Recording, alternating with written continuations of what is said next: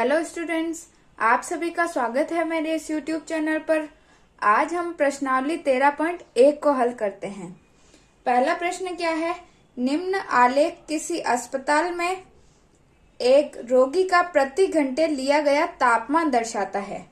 ठीक है, ये एक आलेख बनाया है, यह हमें दिया है। ठीक है, ये तो है, समय दे रखा है कि प्रातः 9 बजे, 10 बजे, 11 बजे, फिर दोपहर के 12, 1, 2, 3 बजे तक। ठीक है, और इधर क्या दिया है कि तापमान कितना है, यानी एक अस्पताल में एक रोगी है, उसका 9 बजे तापमान कितना है 35 से ऊपर क्या होगा 35.5, फिर 10 बजे कितना होगा 36, 11 बजे दिया है 39, 12 बजे दिया है 38.5, 1 बजे, 2 बजे और 3 बजे इसका तापमान जो है वो सेंटीग्रेड में दिया हुआ है। ठीक है, तो अब हमें ये 5 क्वेश्चन हमें पूछे हैं, तो उसका जवाब हमें इस आलेख की सहायता से देना है। ठीक है, तो पहला प्रश्न क्या बोल रहा है कि रोगी का तापमान 1 बजे दोपहर क्या था।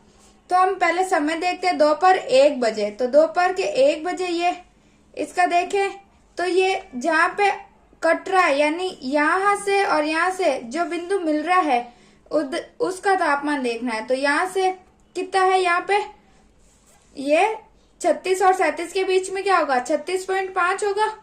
पहले का पहला या ए बोलेंगे तो रोगी का तापमान 1 बजे कितना था ये 1 बजे 36.5 डिग्री सेंटीग्रेड।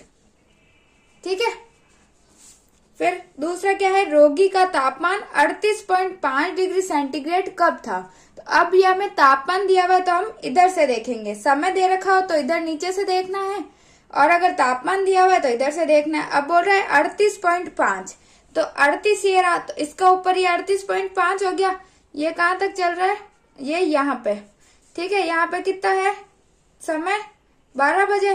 तो हम क्या बोलेंगे, इसका बी क्या होगा, इसका बी होगा दोपहर 12 बजे। ये इसका आंसर हो गया। अब सी क्या है, इस पूरे अंतराल में रोगी का तापमान 2 बार एक समान ही था। ये 2 समय क्या क्या थे। तो हम देखते हैं कि समान तापमान कहाँ पे, यहाँ पे बढ़ रहा है, ये बढ़ रहा है, फिर कम हो रहा है। यहाँ पे देखो दोनों समान तापमान है, यानी दोपहर 1 बजे और दोपहर 2 बजे जो तापमान थे, तापमान बराबर है, यानी स्थिर है। कितना है 36.5। तो ये क्या बोल रहा है, 2 बार समान था। कितने बजे, दोपहर 1 बजे और 2 बजे। तो ये 2 समय क्या क्या थे, तो हम क्या बोलेंगे कि समय क्या क्या थे। सी का उत्तर होगा दोपहर 1 बजे व दोपहर 2 बजे।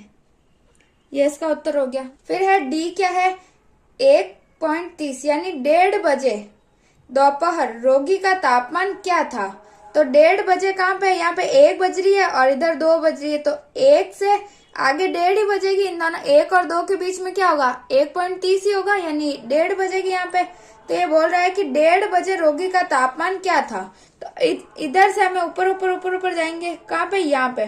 तो यहाँ पे कितना है तापमान, इधर आके देखा तो कितना 36 से ऊपर क्या होगा 36.5 होगा। 1:30 बजे रोगी का तापमान कितना है 36.5 डिग्री सेंटीग्रेड, है ना।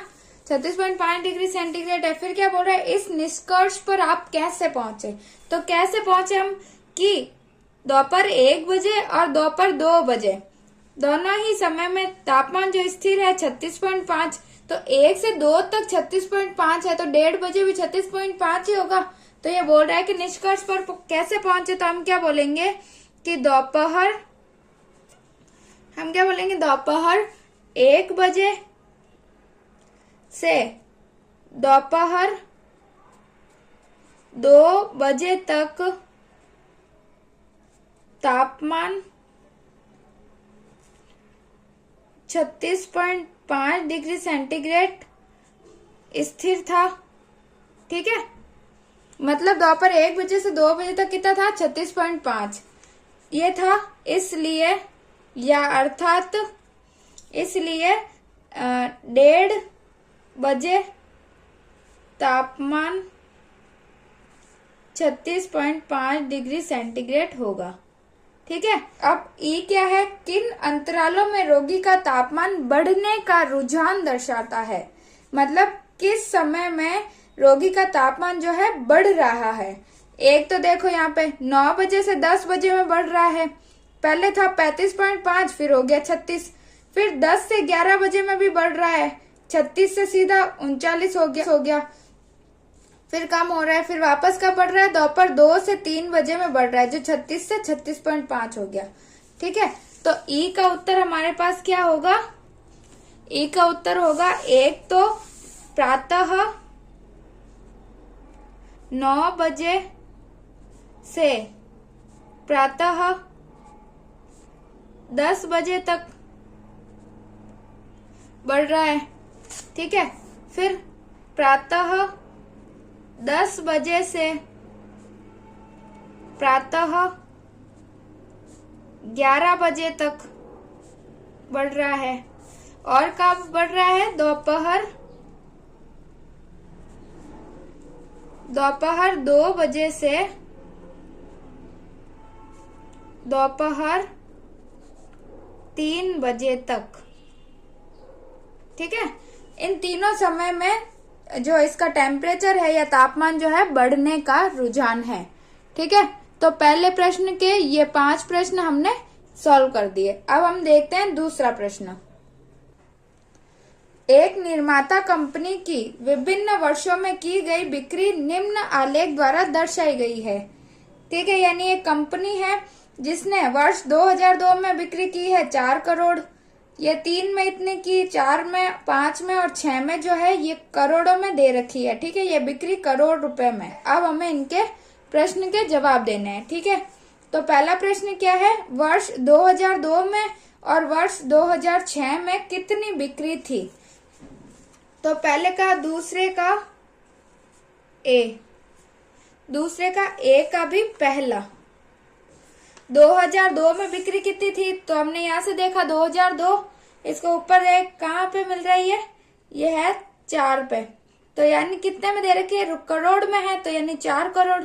तो क्या बोला, 2002 में कितनी थी, 4 करोड़ रुपए बिक्री थी। ठीक है, फिर इसका दूसरा क्या है, ये दूसरा 2006 में कितनी बिक्री थी, तो 2006 ये रहा, इसको ऊपर लेके गए, यहाँ पे देखा, इसको वापस साइड में लेके आए, तो यहाँ पे कितना है, 8 है, तो यानी 8 करोड़ रुपए। ठीक है, पहले का है 4 करोड़ रुपए, दूसरा है 8 करोड़ रुपए। फिर इसका बी है कि वर्ष 2003 में और 5 में कितनी बिक्री थी।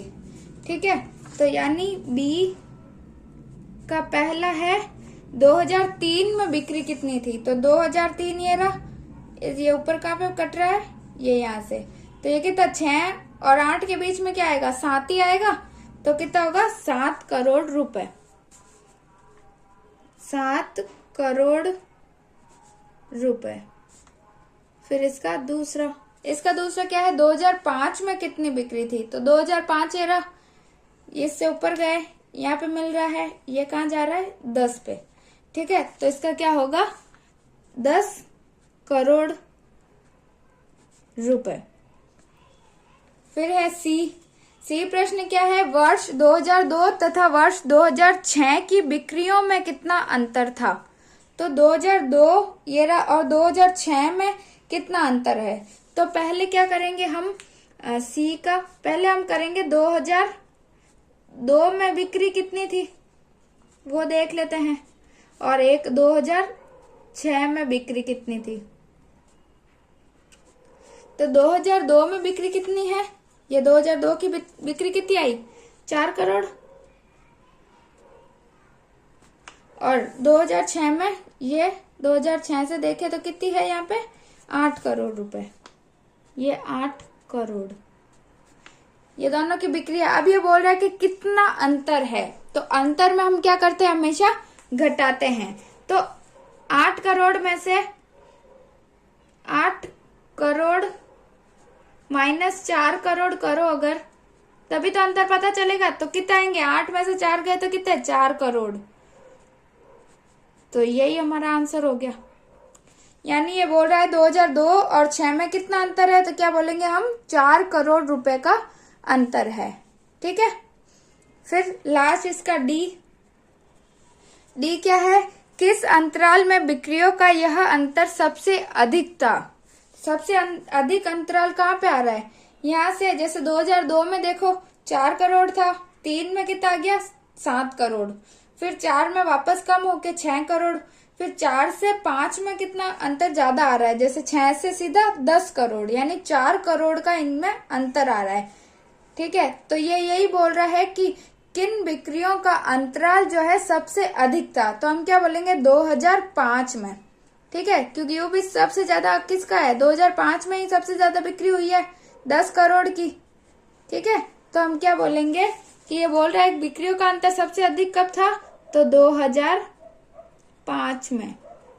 ये हमारा उत्तर हो गया। तो दूसरे का पहला, दूसरा, तीसरा और चौथा यहीं पे खत्म हो गया। ठीक है। अब देखते हैं हम तीसरा प्रश्न। फिर तीसरा प्रश्न क्या है, वनस्पति विज्ञान के प्रयोग में समान प्रयोगशाला परिस्थितियों में 2 पौधे ए और बी उगाए गए। 3 सप्ताहों तक उनकी ऊंचाइयों को हर सप्ताह के अंत में मापा गया। परिणामों को निम्न आलेख में दर्शाया गया है। ये आलेख दे रखा है, इसमें ये सप्ताह दे रखे हैं और ये उनकी ऊंचाइयां यानी पौधों की ऊंचाइयां दे रखी है। ठीक है। पौधा एक तो लगाया ए, जिसको कैसे, ये ए लगाया जिसको तो डॉटेड लाइन जो दिख रही है उससे दर्शाया गया है, और एक जो पौधा लगाया उसको सीधी लाइन से दर्शाया गया है। ठीक है। पौधा ए और पौधा बी है। फिर क्या बोल रहा है प्रश्न, क्या बोल रहा है, 2 सप्ताह बाद पौधा ए की ऊंचाई, तो पौधे ए की 2 सप्ताह बाद कितनी हुई थी, ये 6 और 8 के बीच में 7 सेंटीमीटर। फिर इसका दूसरा क्या बोल रहा है, 3 सप्ताह बाद, तो ये 3 सप्ताह बाद कितनी होगी, ए की, ये ए यहाँ पे है, इसमें देखे तो कितना होगा, 8 और 10 के बीच में 9 सेंटीमीटर। ठीक है। फिर दूसरा क्या है, 2 सप्ताह बाद और 3 सप्ताह बाद बी की ऊंचाई कितनी है, तो बी कौन सा है, जो सीधी लाइन से दर्शाया गया है। ठीक है। तो 2 सप्ताह बाद बी की ऊंचाई भी कितनी है पौधे की, ये 6 और 8 के बीच में क्या है, 7 सेंटीमीटर। तो बी का पहला भी क्या होगा, 7 सेंटीमीटर। फिर दूसरा क्या है, 3 सप्ताह बाद, ये 3 सप्ताह बाद बी कौन सा, ये ऊपर वाला, तो इसको यहां से लेके आओ, कहां तक आता है, ये 10 पे, तो यानी बी की कितनी है, 10 सेंटीमीटर। फिर तीसरा प्रश्न क्या है, तीसरे सप्ताह में पौधे ए की ऊंचाई कितनी बढ़ी। ये तीसरा सप्ताह है, तो ऊंचाई कितनी बढ़ी, तो मतलब 2 से ही देखेंगे ना, पहले जितनी थी उससे कितनी बढ़ी है वो हमें पूछ रहा है। ठीक है। दूसरे में तो है ऊंचाई जो है 7 है, तो तीसरे में है किसकी, ए की कितनी है, ये 9 है। ठीक है। तो यानी जब तीसरे में 9 है और दूसरे में 7 है, तो कितनी बढ़ी, 9 में से 7 गए तो कितने बचे, 2 बचे। तो हम क्या बोलेंगे, सी में इसकी ऊंचाई कितनी बढ़ी, 2 सेंटीमीटर, क्योंकि पहले 7 थी फिर 9 हो गई, तो कितनी बढ़ी, 2 सेंटीमीटर बढ़ी। तो यही हमें पूछा है। फिर डी क्या है, दूसरे सप्ताह के अंत में, दूसरे सप्ताह के अंत से तीसरे सप्ताह के अंत तक पौधे बी की ऊंचाई कितनी बढ़ी, यानी दूसरे से तीसरे में ऊंचाई कितनी बढ़ी, तो दूसरे में तो ऊंचाई थी 7 सेंटीमीटर, फिर तीसरे में बी की ऊंचाई कितनी है, यहाँ से देखो तो कितनी आती है, 10 सेंटीमीटर। तो यानी पहले तो 7 थी, अब 10 हो गई, तो 10 में से 7 गए तो कितने बचेंगे, 3 सेंटीमीटर। तो हम क्या बोलेंगे, डी क्या होगा हमारे पास, 3 सेंटीमीटर, यानी दूसरे सप्ताह से तीसरे सप्ताह तक जो है बी पौधे की ऊंचाई जो है वो 3 सेंटीमीटर बढ़ गई। ठीक है। फिर ई है, किस सप्ताह में पौधे की ऊंचाई सबसे अधिक बढ़ी, यानी ए जो पौधा है उसमें कब उसकी ऊंचाई जो है सबसे ज्यादा बढ़ी, तो कब बोलेंगे हम, जब शुरू से देखेंगे तो प्रारंभ से पहले सप्ताह तक तो थोड़ी सी बढ़ी है ए की, तो ए कौन सा, डॉटेड वाला, यानी पहले 2 सेंटीमीटर बढ़ी, फिर दूसरे सप्ताह में कितनी बढ़ी, 2 सेंटीमीटर से सीधा 7 सेंटीमीटर तक आ गई, है ना, 2 से 7 तक आ गई, तो कितनी, 5 सेंटीमीटर बढ़ गई।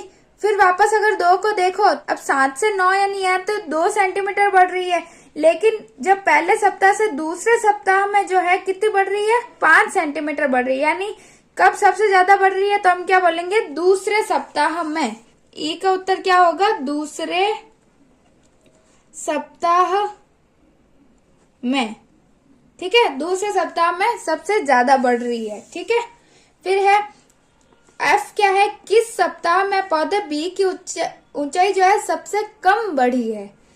तो बी की हम देखते हैं, बी सप्ताह शुरू से जब प्रारंभ से ये पौधा है तो ये दूसरे पहले सप्ताह में इसकी बढ़ी 2 सेंटीमीटर, फिर दूसरे सप्ताह में इसकी हो गई 7 सेंटीमीटर, तो 2 से 7 5 सेंटीमीटर की बढ़ गई, और फिर बढ़ रही है। फिर यहाँ पे कितनी बढ़ी है, 7 से सीधा यह हो गई है 10 सेंटीमीटर, यानी 3 सेंटीमीटर की बढ़ रही है। यानी हम बोलेंगे कि पहले सप्ताह में सबसे कम बढ़ी है। ठीक है, सबसे कम कब बढ़ी, पहले सप्ताह में। फिर जी क्या है, क्या किसी सप्ताह में दोनों पौधों की ऊंचाई समान थी, वो पहचानना है। तो जब देखो ये डॉटेड लाइन और ये दोनों लाइनें कहाँ पे मिल रही है, इस बिंदु पे दोनों मिल रही है, फिर ऊपर नीचे है, यहाँ पे भी ऊपर नीचे, लेकिन यहाँ पे जो है दोनों समान है। यानी दूसरे सप्ताह में दोनों की जो है ऊंचाई वो समान आ रही है, कितनी, 7 सेंटीमीटर। तो ये बोल रहा है किसी सप्ताह में दोनों की ऊंचाई समान थी, तो बोलेंगे हाँ थी, वो भी कब थी, दूसरे सप्ताह के अंत में।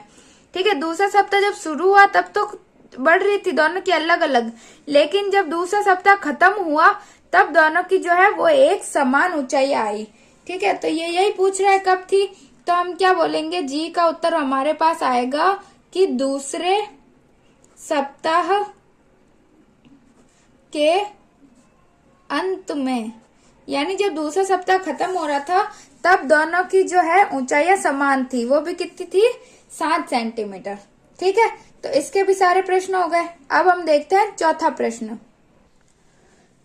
निम्न आलेख किसी सप्ताह के प्रत्येक दिन के लिए पूर्वानुमानित तापमान और वास्तविक तापमान दर्शाता है। यानी हमें क्या दे रखा है, एक आलेख दे रखा है। कौन सा आलेख दे रखा है हमें, ये आलेख। ठीक है, ये हमें आलेख दिया है, इसमें जो है ये टेम्परेचर दिया है, तापमान, और ये वार दे रखे हैं, सोमवार, मंगलवार, बुधवार, बृहस्पतिवार, शुक्रवार, शनिवार और रविवार।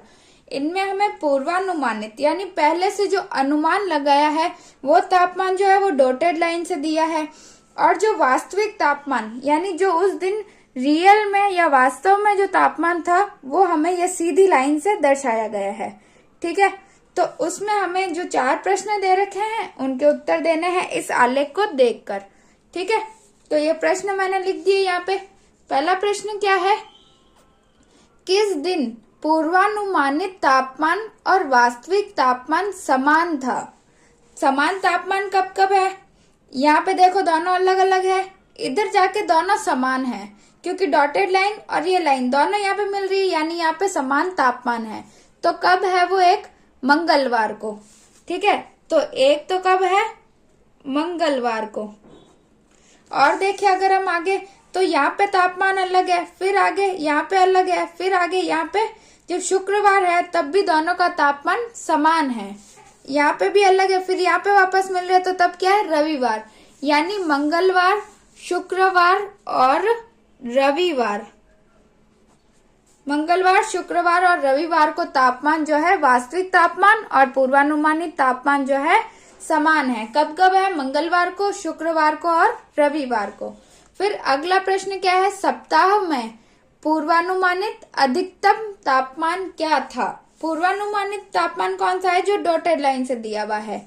ठीक है, तो ये कब सबसे अधिक हो रहा है, यहाँ पे कम, फिर कम हो रहा है, फिर यहाँ पे अधिक, और यहाँ पे सबसे ज्यादा अधिक यहाँ पे हो रहा है। ठीक है, तो ये कहाँ पे मिल रहा है, यहाँ से जाके देखो, ये तापमान पूछा तो यहाँ पे देखेंगे, अगर वार पूछता तो हम नीचे देखते, लेकिन यहाँ पे पूछा तो ये तापमान ऊपर वाली ये लाइन है, तो यहाँ पे कितना है, 35 डिग्री सेंटीग्रेड में है। तो हम क्या बोलेंगे, सबसे अधिकतम तापमान कौन सा है, 35 डिग्री सेंटीग्रेड।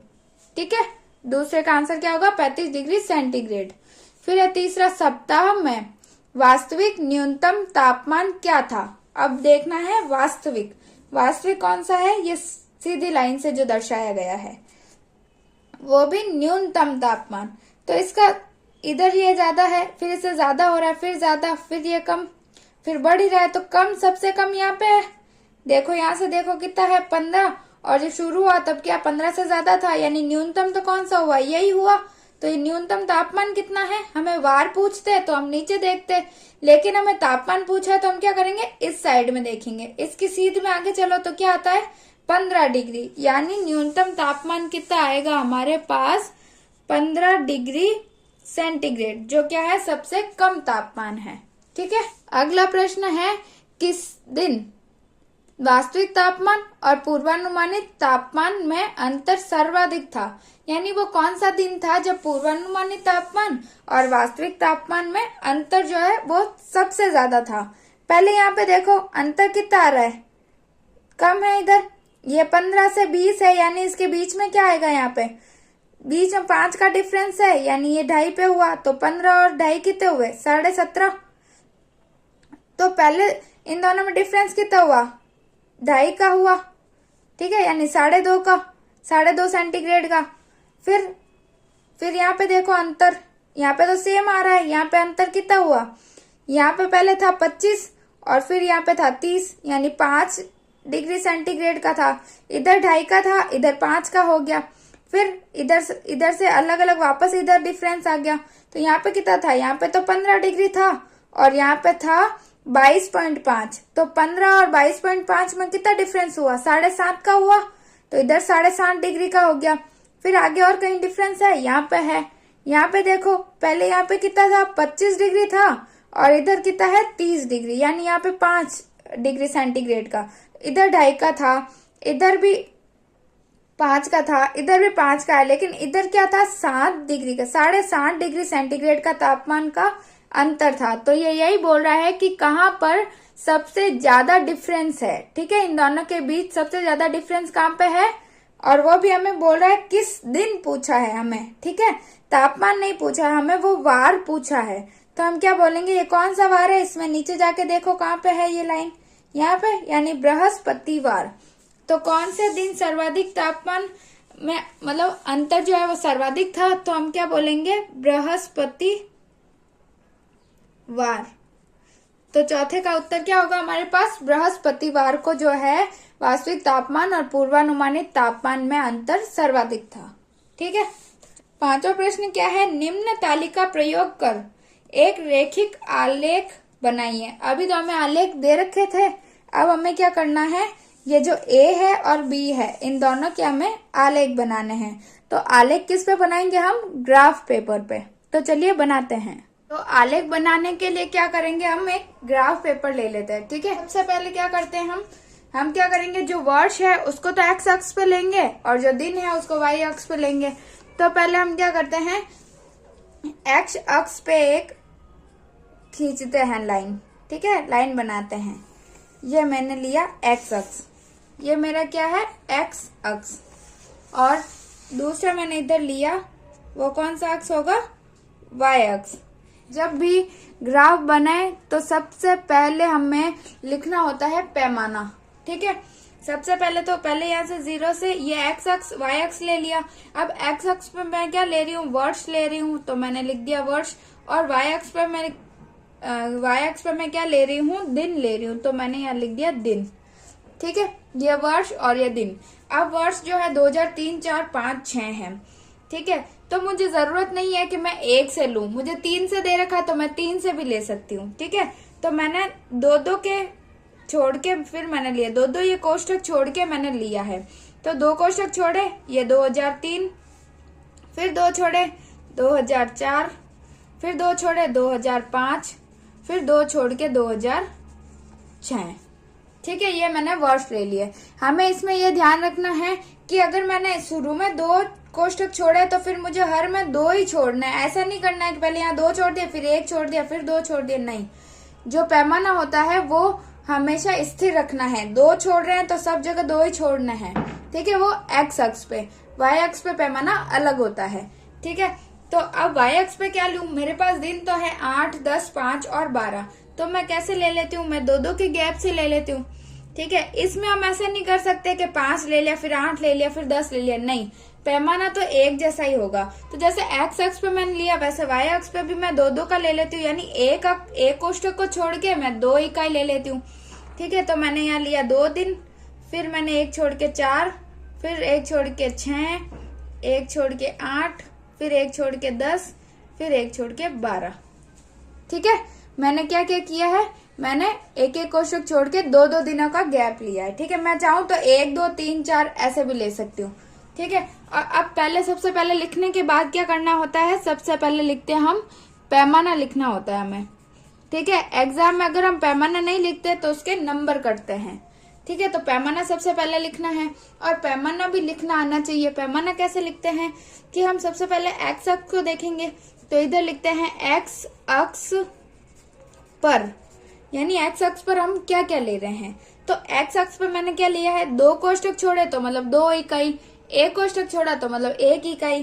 ठीक है, तो 2 छोड़े हैं तो एक्स अक्ष पर 2 इकाई, क्योंकि मैंने 2 कोष्ठक छोड़े हैं तो 2 इकाई बराबर किसके लिए, मैंने ये कितने वर्ष का गैप है, एक वर्ष है, 2003 के बाद 2004, तो 1 साल का बीच में गैप है, तो हम क्या लिखेंगे 2 इकाई बराबर 1 वर्ष। ठीक है, फिर हम y अक्ष लिखते हैं, तो y अक्ष पर पैमाना क्या है, क्या छोड़ा है, कितने कोष्ठक छोड़े हैं, मैंने एक एक छोड़े हैं, तो मैं लिखती हूँ 1 इकाई बराबर किसके है, कितने दिन का गैप लिया है मैंने, 2 दिन का, तो 1 इकाई बराबर 2 दिन, यानी मैंने एक एक गैप छोड़ के और 2 दिनों को लिखा है। ठीक है, अब हम इसमें बनाते हैं। तो सबसे पहले ये रही हमारे पास सारणी, तो ये रही। अब क्या है, 2003 में कितने दिन है, 8, तो अब देखो 2003 यहाँ से है और 8 कहाँ पे, ये रहा, तो ये दोनों कहाँ मिल रहे हैं, ये ऊपर चलते यहाँ तक, ये यहाँ पे ये 8 है। ठीक है, तो ये मैंने यहाँ पे ये गोला बना दिया, ये 2003 में 8 पे। ठीक है, फिर क्या है, 2004 में 10 दिन, तो ये रहा 2004, इसको ऊपर लेके जाओ, 10 कहाँ है यहाँ पे, तो ये 10। फिर 2005 में कितना है, 5, तो 2005 ये रहा, 5 का आएगा, 4 और 6 के बीच में आएगा, 4 और 6 के बीच में देखो ये बीचों बीच एक लाइन है, तो यहाँ पे 2005 ये रहा, यहाँ पे ये 4 के ऊपर ये 5, ये यहाँ पे। ठीक है, फिर 2006 में कितना है, 12 दिन, तो ये रहा 2006, ऊपर चलते रहो कहाँ तक, यहाँ तक, ये 12 यहाँ पे, तो ये हमने चारों पॉइंट लगा दिए।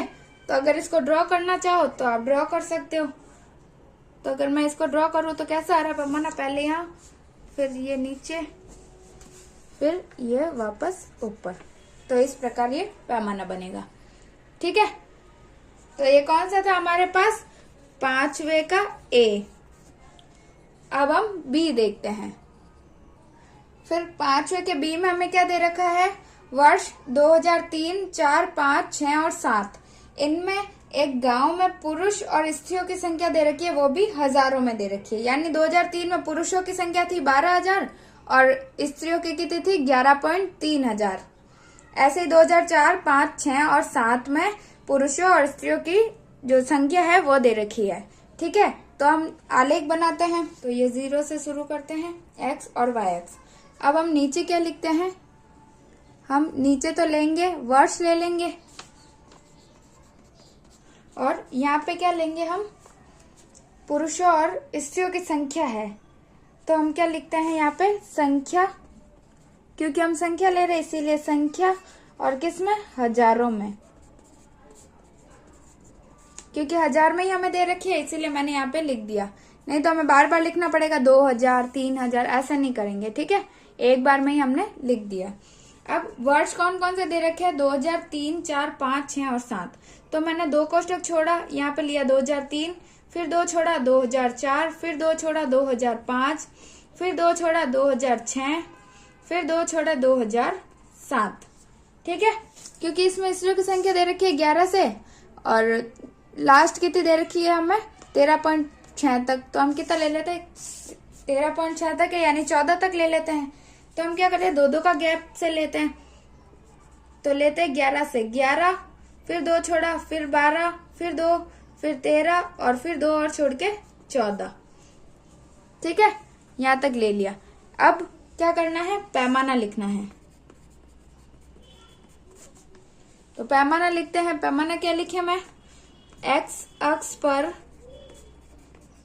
2 इकाई, क्योंकि 2 छोड़ी है इसीलिए 2 इकाई बराबर कितना है, 1 वर्ष, क्योंकि एक वर्ष का ही गैप है, 2003, 4 इनमें 1 वर्ष का ही है, तो इसीलिए 1 वर्ष। फिर वाई अक्ष पर क्या लिया है, 2 इकाई ली है, 2 इकाई बराबर क्या क्या लिया, 11 से 12 से 13, यानी कितना गैप है, 1000 का, तो लिखते हैं 1000। फिर ये रही मेरे पास सारणी।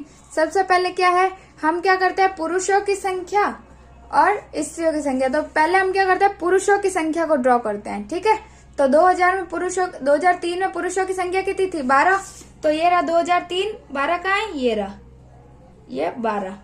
फिर 2004 में कितनी है पुरुषों की संख्या, 12.5, तो 2004 ये रहा। चलो 12.5 कहाँ पे होगा, 12 और 13 के बीच में होगा, तो ये 12 और 13 के बीच में ये 12.5। ठीक है, फिर क्या है, 2005 में कितनी है, 13,000, तो 2005 ये रहा। ऊपर चलो कहाँ पे है 13, ये रहा 13, तो ये रहा 13। फिर 2006 में कितनी है, 13.2, तो अब ये रहा 2006, 13 तो ये रहा 13.2 कितना होगा, तो हम कितनी लाइनें लेंगे, क्योंकि इनके बीच में गैप तो है, 13 से 14 में लाइनें तो इसमें कितनी है, 10 एक कोष्ठक में है, 10 दूसरे कोष्ठक में है। ठीक है, तो हमारे पास जब 20 लाइनें हैं तो पॉइंट ए के लिए हमें कितनी लाइन गिनेंगे, 2 लाइन गिनेंगे। तो 2006 में 13.2 है, तो यानी 2, तो हम कितनी लाइनें ले लेते हैं, 13 के बाद 4 लाइन और ले लेते हैं, जो छोटी वाली पतली वाली लाइन है, 1, 2, 3 और 4, तो यानी ये, तो 2006 में 13.2। फिर 2007 में कितनी है, 13.5, तो 2007 ये रहा, और 13 और 14 के बीच में आएगा 13.5, तो ये रहा। ठीक है, तो अब पुरुषों की संख्या मैं किससे लिख देती हूँ, लाइन से ड्रॉ करती हूँ, ये यहाँ पे, फिर ये इसको मिलाया, फिर इसको, और ये यहाँ पे। ठीक है, और स्त्रियों की संख्या को हम क्या करेंगे, डॉट डॉट से दर्शाएंगे। ठीक है, अब स्त्रियों की संख्या को 2003 में कितनी है, 11.3, तो 2003 में स्त्रियों की संख्या 11.3, तो 11 ये रहा, 3 है, तो कितनी लाइनें लेंगे, 6 लाइनें। तो 11 के बाद 6 लाइनें देखो यहाँ पे, ये 6, तो यहाँ पे आएगा। ठीक है, फिर 2004 में कितना है, 11.9, तो ये रहा 11, तो 9 है, तो कितनी लाइनें देखेंगे, 18 लाइनें। तो 11 के बाद 18, 10 ये रही, 5, 15, 16, 17 और ये 18 यहाँ पे आएगी। ठीक है, फिर 2005 में कितनी है, 13,000, तो ये रहा 2005, ये रहा 13। फिर 2006 में 13.6, तो अब 13 कहाँ है, ये रहा 13, और 6 है, तो 2 लाइनें ले रहे, तो 12 लाइन, 6 दूनी 12 लाइनें देखेंगे, तो ये 13.6 यहाँ पे आएगा।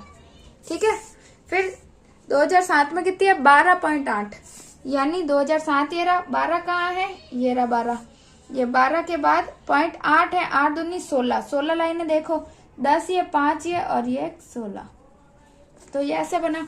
अब इसको क्या करते हैं, हम स्त्रियों की संख्या को डॉटेड से दर्शाते हैं, ये या डैश डैश से बोल दो, या से डैश, फिर यहाँ पे, फिर ये, और फिर ये ऐसे। ठीक है, तो फिर अब हमने ऐसे दर्शाया तो है, तो इसको एक बार मेंशन भी करना होगा, हमें यहाँ पे लिखना होगा। ठीक है, यानी पुरुषों की संख्या, पुरुषों की संख्या वो मैंने कैसे सीधी लाइन से लिखी है, और स्त्रियों की संख्या को मैंने किससे दर्शाया है, ये डॉट डॉट वाली लाइन से। ठीक है, पुरुषों की संख्या मैंने सीधी लाइन से और स्त्रियों की संख्या को डॉट डॉट से लिखा है। ठीक है, तो इस प्रकार का ग्राफ बनाना है, एग्जाम में भी ऐसा ही बनाना है। ठीक है, पैमाना लिखना बहुत जरूरी है, नहीं तो नंबर कटते हैं परीक्षा में। और अगर आपने अलग अलग दर्शाया है तो उनको लिखना भी होता है। ठीक है। छठा प्रश्न क्या है, एक डाकिया किसी नगर के पास ही स्थित एक उपनगर में एक व्यापारी को पार्सल पहुंचाने के लिए साइकिल पर जाता है। विभिन्न समयों पर नगर से उसकी दूरियां निम्न आलेख द्वारा दर्शाई गई है। यानी हमें एक आलेख दे रखा है, उसकी सहायता से हमें इन प्रश्नों के जवाब देने हैं। ठीक है, वो आलेख कौन सा है हमारे पास, ये है। पहला प्रश्न हमारे पास है कि एक्स अक्ष पर समय दर्शाने के लिए क्या पैमाना प्रयोग किया गया है। पैमाना हम लिखते हैं ऐसे, एक्स अक्ष पर ऐसे लिखते हैं पैमाना। एक्स अक्ष पर कितनी इकाई है, 1 2 3 4, ये 4 डिब्बे है ना, तो वैसे ही 4 इकाई। एक्स अक्ष पर 4 इकाई बराबर क्या दे रखा है, घंटे दे रखे हैं। अंतर कितना है, 8 से 9 बजे, फिर 9 से 10 बजे, तो 1 घंटे का अंतर है, तो हम बोलते हैं 1 घंटा। ठीक है, एक्स अक्ष पर क्या है, 4 इकाई बराबर 1 घंटा।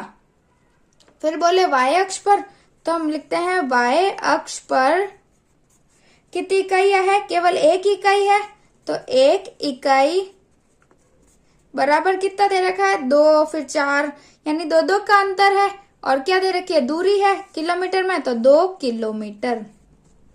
ठीक है, तो पैमाना ऐसे लिखते हैं। पहले का उत्तर क्या होगा, 4 इकाई बराबर 1 घंटा, यह पैमाना यूज किया गया है। फिर दूसरा है, उसने पूरी यात्रा के लिए कितना समय लिया। ठीक है, यानी पूरी यात्रा, यानी शुरू यहां से की यहाँ पे उसकी यात्रा खत्म हो रही है, तो यहाँ तक उसने समय कितना लिया, तो यहाँ तक कितना समय लिया, यहाँ पे नीचे आओ, कितना आया यहाँ तक, तो कितना समय है ये, यहाँ पे कितना समय होगा, ये बजे 11, इधर बज रहे हैं 12, उनके बीच में 4 डब्बे, लेकिन 2 डब्बे के बाद तो आधा हो गया ये, तो यानी ये 11 से 12 के बीच में क्या होगा, 11:30 होगा। यहाँ से देखो 11:30 तक खत्म हो गया उसका, यानी 11:30 से 8 से, ठीक है, 8 से 11:30 के बीच में लिया, तो अब कितना समय हुआ, 8 से देख लो 9 बजे, फिर 10 बजे, फिर 11, फिर 11:30, यानी 1 2 3 3.5 घंटे हो गए, 3:30। ठीक है, यानी 3.5 घंटे। या फिर ऐसे लिख सकते हैं 3 सही 1/2, ये भी 3.5 होते हैं, 3.5 घंटे। अगला प्रश्न तीसरा, व्यापारी के स्थान की नगर से दूरी कितनी है, यानी यहाँ से उसकी दूरी कितनी है, तो यहाँ से उसने शुरू किया, यहाँ तक उसकी दूरी ज्ञात करनी है। दूरी के लिए हम क्या देखते हैं, वाई अक्ष को देखेंगे। अभी हमने समय के लिए एक्स अक्ष को देखा था, अब हम वाई मतलब दूरी के लिए किसको देखेंगे, वाई अक्ष को। तो ये कहाँ तक मिल रहा है, ये जा रहा है यहाँ पे 22 किलोमीटर, तो उसकी दूरी यहाँ से 0 से शुरू हो रही है, कहाँ तक है, 22 किलोमीटर तक। ठीक है, तो यही पूछ रहा है कि नगर से दूरी कितनी हुई, तो हम क्या बोलेंगे, 22 किलोमीटर, ये हमारा आंसर हो जाएगा। ठीक है, फिर अगला है, क्या डाकिया रास्ते में कहीं रुका, विवरण कीजिए। तो अगर डाकिया रास्ते में रुकेगा, जैसे यहाँ से तो चल रहा है, क्योंकि उसकी दूरी बढ़ती जा रही है, समय के साथ दूरी बढ़ रही है, यानी वो चल रहा है। फिर 9 से 10 बजे तक और वो 14 किलोमीटर पे आ गया। फिर यहाँ पे जो है उसकी दूरी नहीं बढ़ रही, यानी यहाँ पे जो है रुका है वो, यहाँ पे क्योंकि समय तो बड़ा है लेकिन उसकी दूरी नहीं बढ़ी। यानी अगर मैं कहीं पे जा रही हूँ, बीच में रुक जाती हूँ 1 घंटे के लिए, तो मेरी दूरी थोड़ी बढ़ेगी, मैं तो वहीं पे बैठ गई हूँ, है ना। तो यहाँ पे उसकी जो दूरी है वो बढ़ नहीं रही है, इसीलिए इसका मतलब क्या है कि यहाँ पर वो डाकिया क्या है, रुका है। तो ये बोल रहा है कि वो क्या डाकिया रास्ते में कहीं रुका, तो हम बोलेंगे हाँ रुका। कब रुका, 10 से 10:30 के बीच में। ठीक है, क्या बोलेंगे हम कि वो कब रुका है, 10 बजे से 10:30 बजे तक। ठीक है, 10 बजे से 10:30 बजे तक वो कहीं ना कहीं रुका है। अब वो बोल रहे हैं इसका विवरण, तो यही बोलेंगे क्योंकि आलेख में जो है ये हमें रेखा दिख रही है, कांस्टेंट है, यहाँ पे इसकी दूरी बढ़ नहीं रही है, तो इसका मतलब है कि डाकिया जो है 10 बजे से 10:30 बजे के बीच में कहीं रुका है। ठीक है, तो इसका उत्तर ये हो जाएगा। फिर है ई। अगला ई प्रश्न क्या है कि किस अंतराल में उसकी चाल सबसे अधिक थी। तो चाल सबसे अधिक थी, इसका पता कैसे लगाएंगे कि हम देखते हैं कि 8 से 9 बजे तक उसने कितनी दूरी तय की, 0 से लेके 10 किलोमीटर तक। ठीक है, पहले वो 1 घंटे 10 किलोमीटर चला, फिर 9 से 10 बजे तक उसने कितनी की, 10 से ये कहाँ तक आ रहा है, 16 तक, यानी 10 से 16 कितने हुए, 6 किलोमीटर। फिर पहले तो उसने 1 घंटे में 10 किलोमीटर चलाई है, फिर अगले 1 घंटे में वो 6 किलोमीटर चला, फिर आधे घंटे उसने रेस्ट कर लिया, फिर 10:30 से 11:30 तक, यानी फिर 1 घंटे वो कहाँ तक चला, ये 16 है, 16 से ये कितना है, 22, 16 से 22 कितना हुआ, 6 किलोमीटर। तो पहले यहाँ पे 10 किलोमीटर, यहाँ पे 6 किलोमीटर, यहाँ पे भी 6 किलोमीटर, यानी सबसे अधिक कब चला, ये 8 से 9 बजे के बीच में जो है इसने 10 किलोमीटर दूरी तय की। इसका मतलब ये यहाँ पे सबसे तेज चला है। ठीक है, उसकी चाल सबसे अधिक कब थी, जब प्रातः, क्या बोलेंगे इसका उत्तर, प्रातः 8 बजे से 9 बजे तक। ठीक है, तो कौन सा प्रश्न, छठा प्रश्न खत्म हो गया। अब हम देखते हैं 7वां प्रश्न। निम्न आलेखों में कौन कौन से आलेख समय और तापमान के बीच संभव है, तर्क के साथ अपने उत्तर दीजिए। ये देखिए, ये 4 आलेख दे रखा है, पहला, ये दूसरा, ये तीसरा और ये चौथा। ठीक है, ये बोल रहा है कि कौन सा आलेख जो है इसमें संभव नहीं है। ठीक है, कौन से संभव है और कौन से नहीं है। और ये आलेख जो दे रखा है वो समय और तापमान के दे रखे हैं। ठीक है, समय और तापमान के बीच में ये ग्राफ दे रखा है। जैसे समय बढ़ रहा है पहले में और ये तापमान भी बढ़ रहा है, तो ये समय के साथ जब तापमान बढ़ रहा है तो ये तो संभव है, होता है ना ऐसा। जब हम देखते हैं सुबह का तापमान कम होता है, जैसे जैसे धूप आती है, यानी 12, 1, 2 बजे तक तापमान बढ़ता रहता है, तो ये तो संभव है। फिर है कि ये तापमान और समय के बीच में ये है कि समय बढ़ रहा है और तापमान कम हो रहा है, तो ये भी है कि दोपहर से जब रात होती है तो जैसे जैसे दिन ढलता है तो तापमान क्या होता है, तापमान में गिरावट आती है ना, तो ये भी संभव है। फिर ये तीसरा क्या है कि समय बढ़ रहा है और ये तापमान जो है एक विशेष समय पर, यानी इस समय पर ये तापमान जो है बढ़ रहा है, ये संभव कैसे हुआ। अगर मेरे पास 2 बजे है तो 2 बजे पे एक तापमान हो सकता है, मैं बोल रही हूँ 22 डिग्री सेंटीग्रेड है, तो वो हो सकता है, लेकिन ऐसा तो नहीं होगा ना कि 2 बजे 22, फिर 32 डिग्री है, 33 हो गया, 34 हो गया, मतलब 2 बजे ही तापमान बढ़ता जा रहा है, ये ऐसा तो संभव नहीं होगा। क्योंकि विशेष समय पर एक विशेष तापमान हो सकता है, लेकिन एक विशेष समय पर तापमान ऐसे बढ़ नहीं सकता, तो ये क्या है, ये तो संभव नहीं है। ठीक है, तो तीसरा हमारे पास क्या है, संभव नहीं है। फिर चौथा क्या है, चौथा है समय बढ़ रहा है और तापमान कांस्टेंट है, तो ये तो हो सकता है। ठीक है, अगर हम बोलते हैं कि जैसे रात को तापमान स्थिर ही रहता है लगभग, जैसे 12 बजे है 28 है, और 1 बजे भी 28, 2 बजे भी 28, 3 बजे भी 28, 4 बजे भी 28, तो वो तो रात को रहती है, तो वो तापमान स्थिर हो सकता है, यानी एक विशेष तापमान जो है समय के साथ कांस्टेंट रह सकता है। ठीक है, लेकिन एक समय पे इतने सारे तापमान नहीं हो सकते। 7वें का उत्तर हमारे पास क्या होगा कि जो आलेख तीसरा है, ये तीसरा आलेख जो है ये संभव नहीं है। ठीक है, बाकी तीनों तो संभव है, लेकिन ये जो तीसरा आलेख है ये वाला, ये संभव नहीं है। अगर कारण पूछे तो यही कारण होगा कि एक विशेष समय पर इतने सारे तापमान नहीं हो सकते। तो ये प्रश्नावली यहीं पे समाप्त होती है 13.1। और अगर आपको मेरे ये वीडियोस पसंद आ रहे हैं तो आप इनको लाइक करिए, अपने दोस्तों में शेयर करिए और मेरे इस YouTube चैनल को सब्सक्राइब जरूर कीजिए।